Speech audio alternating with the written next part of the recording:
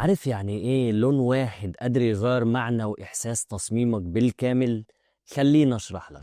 السلام عليكم صديقي المصمم، انا احمد قبيل وده اول فيديو من خليني اشرح لك. كمصمم جرافيك لازم تبقى عارف حاجه اسمها كولر سايكولوجي او علم تاثير الالوان. يعني الاحمر والاصفر والبرتقاني دي كلها الوان دافئه، يعني بتحفزك على الحركه والنشاط وجذب الانتباه إثارة الجوع. علشان كده دايما هنلاقيها في إعلانات الخصومات والمطاعم، وخصوصا مطاعم الفاست فود زي كنتاكي وماكدونالدز، تشد انتباهك، تحفز الجوع، والأهم من كل ده مش عايزينك تقعد عندهم كتير. أما بقى على العكس تماما اللون الأزرق. اللون الأزرق بيدل على الهدوء والثقة، علشان كده دايما هتلاقيه في مجالات زي التعليم والبنوك والتكنولوجيا، كلها مجالات محتاجة مننا إن احنا نثق فيها زي باي واي بي ام.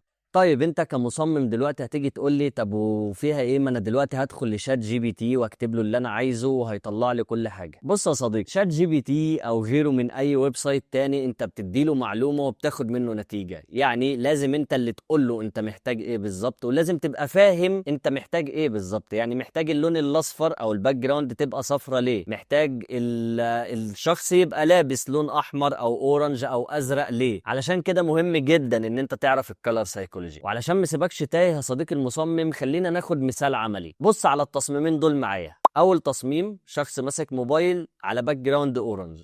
تاني تصميم شخص ماسك موبايل، نفس الشخص نفس الموبايل على باك جراوند زرقاء او لبني. شفت الفرق؟ خلينا نحطهم جنب بعض. كده وضحت معاك الفكرة؟ بس كده يا صديقي. أهم حاجة لو أنت تعرف تأثيرات لألوان تانية اكتبها لي في الكومنتس، وأكيد ما تنساش تتابعني وتعمل لايك وشير، واستناني الفيديو الجاي مع تريكاية وويب سايت هيوفر عليك كتير أوي في اختيار الألوان. سلام.